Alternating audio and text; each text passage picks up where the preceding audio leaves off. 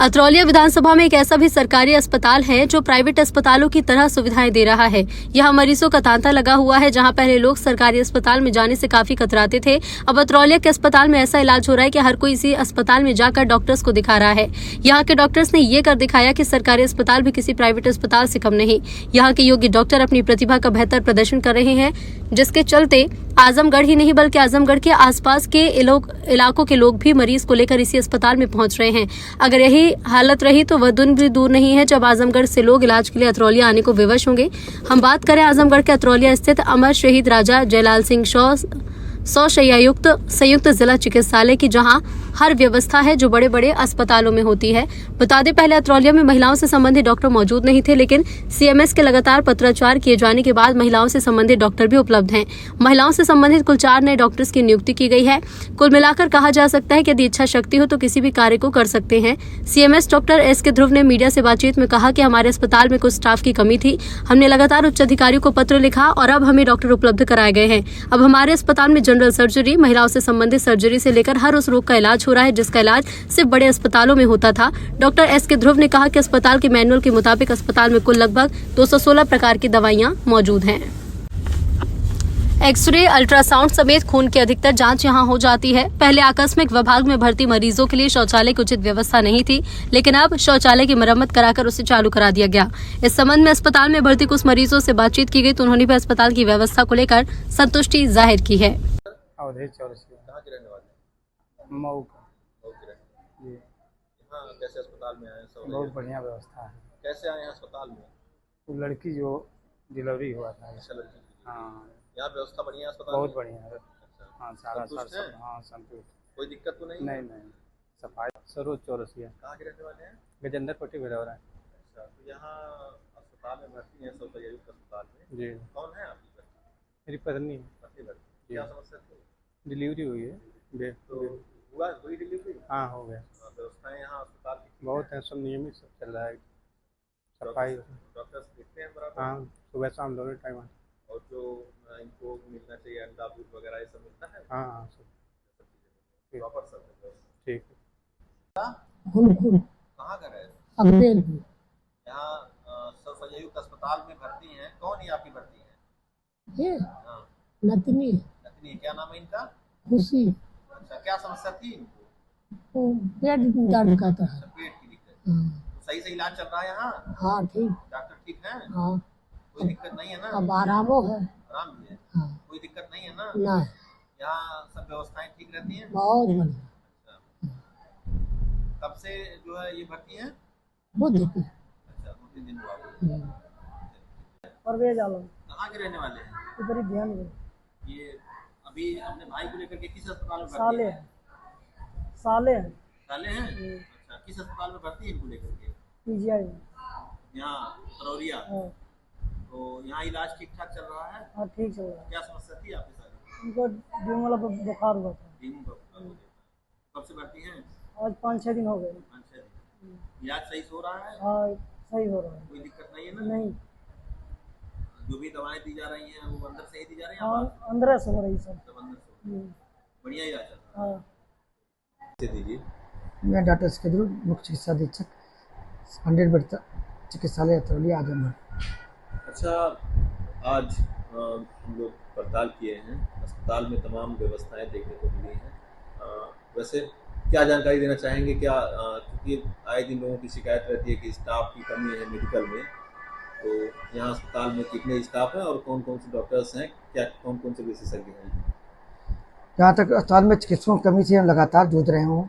जब से मैंने यह कार्यभार ग्रहण किया तब से मैं लगातार मेरे स्त्री रोग विशेषज्ञ और लेडी डॉक्टर की और पैथोलॉजिस्ट की कमी हमारे और रेडियोलॉजिस्ट की कमी हमारे यहाँ बहुत हो रही थी। तो मैंने मुख्यालय को बार पत्राचार किया। पत्राचार करने के बाद में हमारे पास रेडियोलॉजिस्ट की तैनाती हुई और हमारे उच्च अधिकारी महोदय द्वारा भी औचक निरीक्षण में बात आई तो मैंने उनको बताया मेरी ये समस्या है कि मेरे पास डॉक्टरों की कमी है और विशेष तौर से महिला चिकित्सालय पे चिकित्सकों की कमी थी। उस चिकित्सकों की कमी को पूरा करते हुए मेरे पास डॉक्टर इंदु यादव, डॉक्टर धवल कुमार, सलाउद्दीन, इन 3 चिकित्सकों की संविदा चिकित्सकों की नियुक्ति की जा चुकी है और नई गाइडलाइन के अनुसार इनको 2 साल का इनका कार्यकाल होगा इनको नियमित चिकित्सक के बराबर वेतन भत्ते सब दिए जाएंगे। इनका कार्यकाल 2 वर्ष का होगा और इनको 2 वर्ष के कार्यकाल 1 साल की सेवाएं कर लेंगे संतोषजनक, तो इनको इंक्रीमेंट भी दिया जाएगा और नियमित चिकित्सकों के बराबर उनका अपना अधिकार होगा, ताकि हमारे डॉक्टरों की कमी को शासन ने के संज्ञान में आया, इस कमी को पूरा किया जा सके। तो हमको इतने चिकित्सक दिए हैं और कुछ डॉक्टर जैसे पैथोलॉजी में डॉक्टर अकील अहमद, सलाउद्दीन और धवल कुमार ने अभी तक कार्यभार ग्रहण नहीं किया।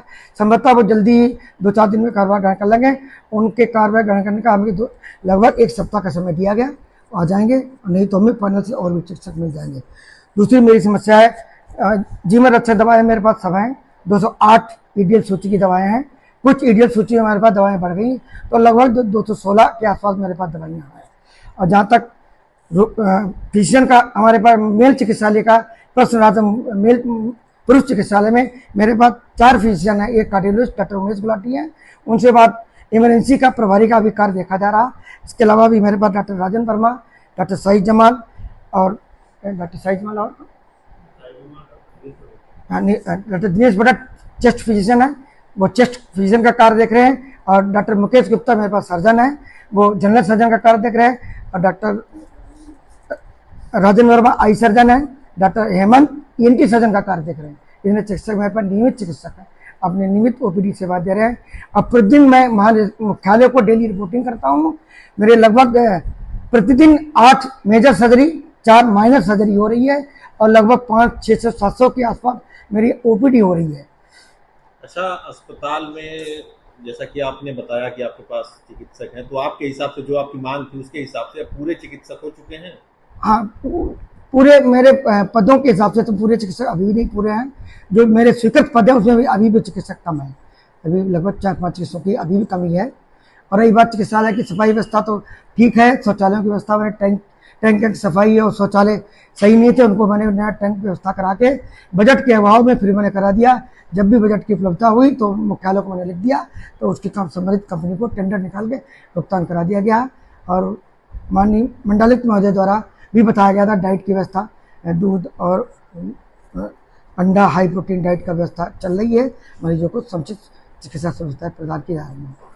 अच्छा, मरीज जो यहाँ आते हैं, क्या आप उनसे भी मिलते हैं, उन लोगों की राय जानते हैं कि डॉक्टरों के इलाज से वे कितना संतुष्ट हैं, और ये चीज़ें जानने की आप कोशिश करते हैं? हाँ बिल्कुल, मैं मॉर्निंग 7 बजे से 8 बजे के बीच में राउंड करता हूँ, रात को 6 बजे के 7 के बीच में राउंड करता हूँ।